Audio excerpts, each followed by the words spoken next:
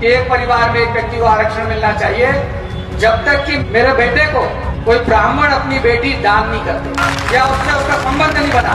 केवल आर्थिक आधार की अगर बात है तो बेटी बेटी व्यवहार का हम पूरा समर्थन करते हैं, लेकिन जब इसको करने जाते तो रोटी व्यवहार तो आसान है,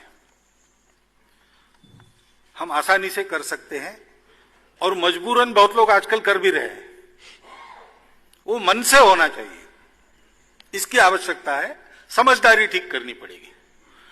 बेटी व्यवहार थोड़ा कठिन इसलिए है कि उसमें केवल सामाजिक समरसता का विचार नहीं, दो परिवारों के मिलन का भी विचार है, वर वधू के भी मैचिंग का विचार है।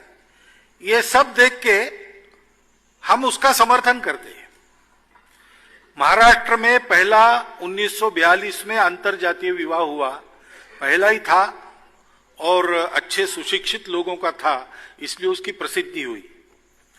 उस समय उसके लिए जो शुभ संदेश आए थे उसमें पूजनीय डॉक्टर बाबा साहब आम्बेडकर का भी संदेश था और पूजनीय श्री गुरुजी का भी संदेश था। और गुरुजी ने उस संदेश में कहा था कि आपके विवाह का कारण केवल शारीरिक आकर्षण नहीं है, आप ये भी बताना चाह रहे हैं कि समाज में हम सब एक है, इसलिए आप विवाह कर रहे हैं।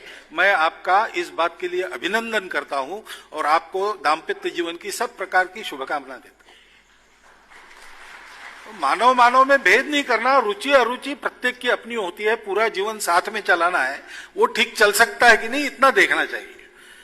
तो बेटी व्यवहार को भी हमारा समर्थन है। मैं तो कभी कभी कहता हूं कि भारत में अंतर जातीय विवाहों की गणना करके अगर परसेंटेज निकाला जाए तो शायद आपको सबसे ज्यादा परसेंटेज संघ के स्वयंसेवकों का मिलेगा ऐसा करने वाले।